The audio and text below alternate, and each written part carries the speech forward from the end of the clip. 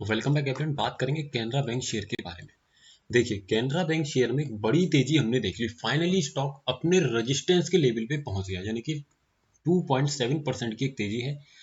देखिए, स्टॉक को अब जब ऑप्शन चेन पर देखेंगे तो ऑप्शन चेन पर मेरा टॉप, जो मैंने लास्ट ट्रेडिंग सेशन में जो वीडियो आपको बना के दिया, वहां भी मैंने आपसे डिस्कस किया कि मेरा रेजिस्टेंस 130 पर क्रिएटेड है, जो कि अपने आप में है स्ट्रॉन्ग, है ना। मैंने आपको प्रॉपर तरीके से उसमें बताया भी है। आपने अगर वो नहीं देखा है तो जाकर के ना आप उस वीडियो को देखिएगा, जो मैंने आपको बताया हुआ है, बना करके दिया हुआ है।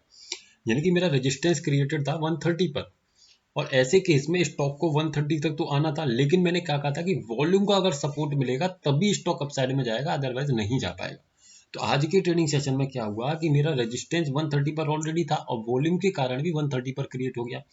सपोर्ट जो मेरा क्रिएट हुआ वो बना सर 125 पर, और 125 से सपोर्ट एक अच्छा प्रेशर है ना 125 पर। यहाँ पर देखिए, अब मैं देखूं एग्जैक्टली तो मेरा सपोर्ट जो पहले क्रिएट हुआ ना वो सर 127 पर हुआ। 127 से वो नीचे चला गया, यानी कि सपोर्ट का उल्टा प्रेशर और रेजिस्टेंस एकदम स्ट्रॉन्ग। अब ऐसे केस में देखिए, परेशानी यहाँ क्या है आप समझिए, मैं आपको बताता हूँ कि आखिरकार जब सपोर्ट का बेरिश प्रेशर तो स्टॉक ऊपर क्यों भागा, है ना। ये अपोजिट बात हो गई। जब आप यहाँ नजर घुमाएंगे तो देखिए, मेरा सपोर्ट जो क्रिएटेड था वो 127 पर था। 127 से वो नीचे की तरफ प्रेशर बना रहा था 125 पर। उसी के साथ में अप साइड में भी एक प्रेशर क्रिएटेड था 128 पर। इस प्रेशर को जब आप फाइंड करेंगे हाईएस्ट के कंपैरिजन में तो आपको मिलेगा 83%, है ना। ये ऑलमोस्ट यहाँ शिफ्टिंग हो गया, तो यहाँ पर ये प्रेशर डेफिनेटली बेरिश है। लेकिन चूंकि ये अपसाइड में जो 80% से ऊपर की जो परसेंटेज है ना, ये स्टॉक को नीचे नहीं जाने देगी और 128 का ही बॉटम बना के स्टॉक को ऊपर भेजने का प्रयास करेगा। यानी कि स्टॉक मैक्सिमम जो नीचे जा सकता है वो 125 है ना। लेकिन टॉप स्टॉक का क्या है, 130 यहाँ पर क्लियर दिखाई दे रहा है। अब ऑप्शन चेन पर आइए, देखिए मैं एक 128 पर लाइन खींचता हूँ, है ना। 128 एक इंपॉर्टेंट लेवल रहेगा, क्यों वहां पर स्टॉक रुकेगा, क्योंकि ये आपको समझना बेहद इंपॉर्टेंट है।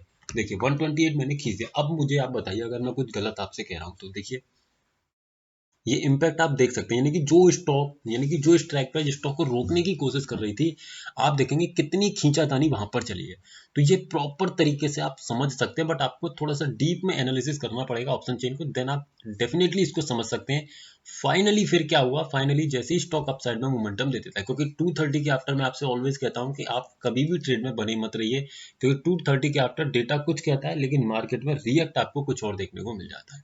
उसी का इम्पैक्ट है कि लास्ट के 15 मिनट में स्टॉक एक साथ ऊपर की तरफ भाग गया, है ना। तो अब हम समझेंगे कि आने वाले ट्रेडिंग सेशन की संभावनाओं को। ऑप्शन चेन पर ही आ जाते हैं। अब देखिए, यहाँ पर जो स्टॉक का टॉप फिलहाल के लिए जो दिखाई दे रहा है वो यही दिखाई दे रहा है 130।